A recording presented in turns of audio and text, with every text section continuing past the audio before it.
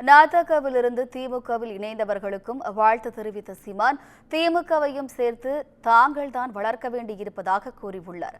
கோவை விமான நிலையத்தில் செய்தியாளர்களை சந்தித்த அவர், பெரியாரை விமர்சித்து கருணாநிதி பேசியதில் ஒரு துளி கூட தான் பேசவில்லை என தெரிவித்தார்.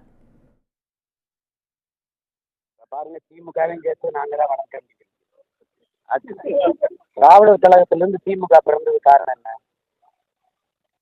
காரணம் என்ன நீங்க சொல்லுவீங்களா, அவர் சொல்லுவாரா?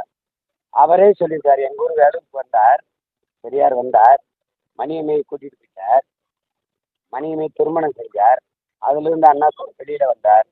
மணியம்மையும் பெரியாருடைய திருமணத்துல பிறந்ததுதான் திமுக. ஏன் அண்ணா வெளியில வந்தார்? பெரியாரை எதிர்த்து வந்தார், எதிர்த்து பேசி வந்தார்.